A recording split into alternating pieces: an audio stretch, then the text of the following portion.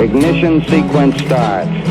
6, 5, 4, 3, 2, 1, 0. Liftoff. We have a liftoff.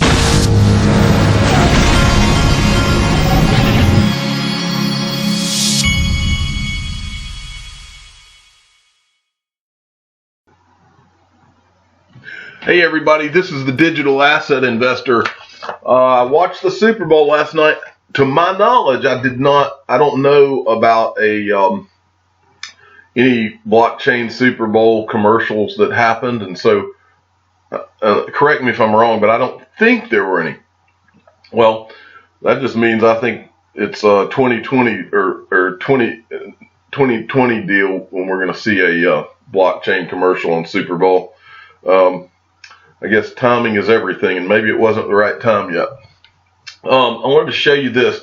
This is from Sergeant Obi-Wan on Twitter. Definite follow. U.S. SEC seeking big data tool for major blockchains via CoinDesk. From this article, seems no clarity from SEC anytime soon. Hopefully, Taxonomy Act will be soon. Well, that's not really what I was interested in from this article. The interesting thing in this article to me is that the SEC is trying to get their arms somehow around blockchain. And I wanted to make a point with that. I wanted to read for you kind of what they're doing, just a couple of things here. The U.S. Securities and Exchange Commission is seeking a tool to provide a big data view across major blockchains. In a solicitation notice published Thursday, the regulator said it is looking for both small and large businesses who can provide data for the most widely used blockchain ledgers based on transaction volume in order to monitor risk and improve compliance related to cryptocurrencies. The SEC said it requires the data in an easily reviewable format, along with an overview of how the information is extracted and converted to ensure there is no loss in data completeness and accuracy due to data transformation tools and processes applied. Notably, the agency is seeking to identify transaction details among the universe of available information. When I read this, I read a government entity trying to figure out how they can control blockchain.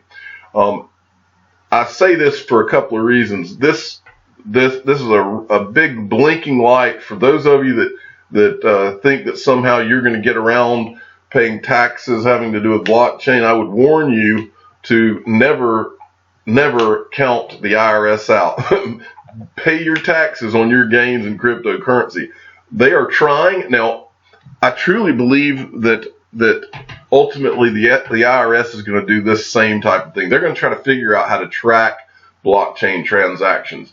I do believe that ultimately those when they try to do that, I believe that they're going to fail. I believe that there are going to be so many of these anonymous type blockchains like Monero that somewhere somehow people will figure out a way with these blockchains to hide their money and all that. I believe that that's going to happen. I don't think that I think blockchain has just opened a can of worms this genie does not go back in the bottle. And I believe that the IRS, I believe this will ultimately cause the taxing authorities around the world to be forced to do some type of flat sales tax on everything that we consume. I think that'll be good for the world to have something like that.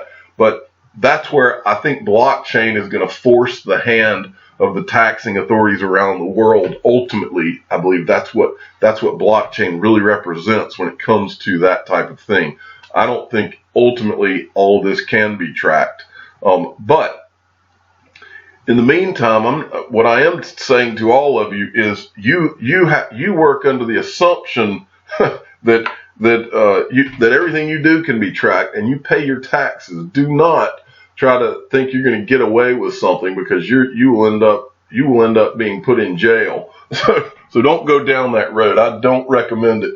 Moving along.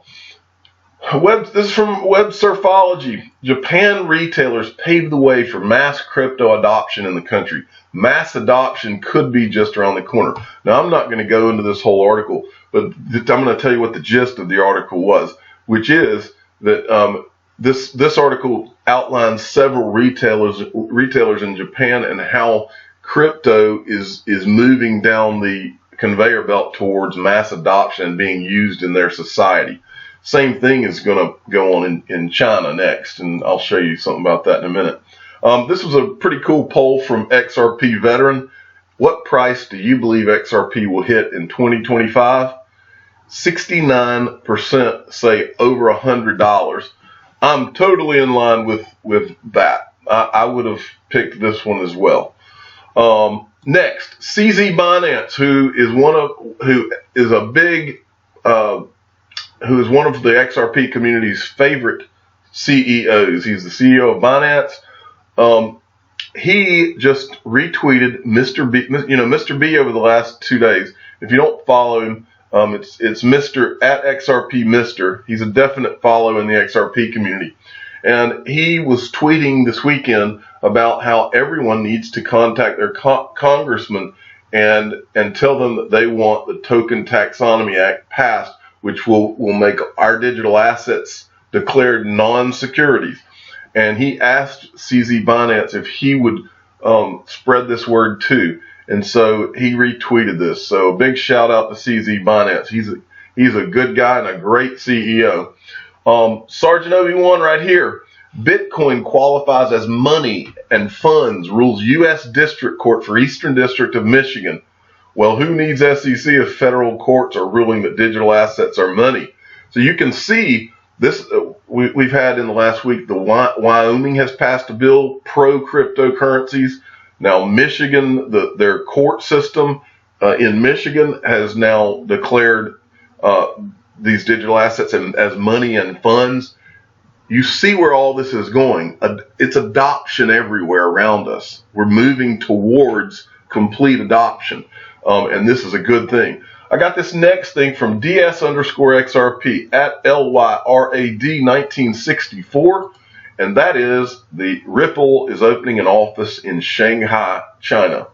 So it says lured by China, the second biggest nation in the world for remittances, which total a whopping $67 billion a year. And then I wanted to show you this.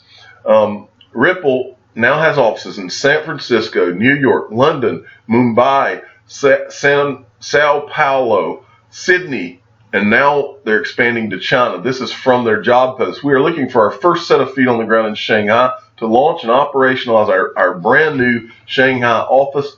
While you won't be charged with doing this on your own, this role requires an extremely high level of autonomy, entrepreneurial energy, and business savvy in order to smoothly bring a new international office online.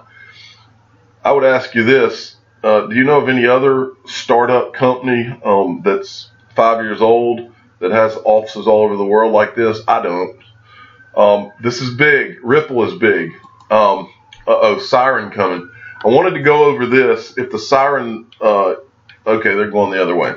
I wanted to show you, this is a poll that I ran this weekend on my Twitter feed. Would you open a Gemini account if they added XRP? And I copied the Winklevoss brothers and Gemini on this tweet because I want them to be aware. As I said in one of my videos this weekend, I want to be a one of the people who talks Gemini up. They don't have to go to the route of Coinbase. Gemini could be one of the heroes in this thing, and they could really help their company.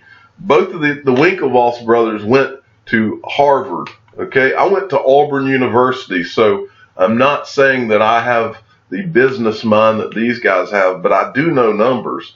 And let me run the numbers for you, because I believe Harvard would probably agree with me. So there was 2,179 votes. Okay, the Winklevoss brothers, who own Gemini, out of that 2,179 votes, 75% of people said they would go open a Gemini account if they would add XRP. So that comes to, that 75%, that comes to 1,634 new customers that I just found for Gemini. Now I'll bet you a lot that Harvard Business School would tell Gemini, well, that's a no-brainer to add XRP to your platform, because this guy just found you 1,634 new customers. So I say to Gemini, this is a no-brainer, folks. All you have to do is add the greatest digital asset ever created to your platform, the one that's faster, more scalable, and moves in seconds and is cheaper. Add that digital asset to your platform, and you have, and my reach is much smaller than yours. If you tweeted out this same poll and it came out to these same figures, 75%, it might be higher since I'm talking just to the XRP community. You might, if I can find 1,634 customers, if you tweeted this out after you added XRP, you might add 20,000 customers. Who knows? But it's not going to be a bad thing. It's going to be a good thing for you. And even if, I mean, the theory with a lot of people has been, oh, well, the Winklevoss brothers, they're big owners of Bitcoin, and so they don't want XRP to take away from their investment. Well, ultimately, XRP is going to be on all platforms across, and you're going to have to compete with XRP one way or the other. But I have a feeling that the Winklevoss brothers probably secretly own plenty of XRP too, if I was betting. But at some point, you got to compete. Let's go ahead and compete. Put it on there. Let the market decide. The market will decide. You guys could always, if you haven't already, you could go get you some XRP and cover your bets. So moving along. C3 Nick tweeted this. I don't think there was any, like I said, I don't think there was any Super Bowl commercials that were blockchain commercials last night. Correct me if I'm wrong. Can Ripple please produce a Super Bowl ad featuring David Schwartz for 2020? That would be epic. David explaining consensus within 30 seconds. Imagine that. And then he says everyone's jaw would collectively drop. Something with Star Wars maybe. Swift being the Death Star. I think that would be a classic. I don't know that it, I'm sure many people would be staring at that commercial going, what did I just see? But it would be awfully epic. He's right about that. I'm the digital asset investor. I'm not an investment advisor. This is for entertainment purposes only. Please subscribe and hit the like button and tell your friends and family to tell Gemini to add XRP so that they can add 1,634 new customers, which is a gift from the digital asset investor. Thank you.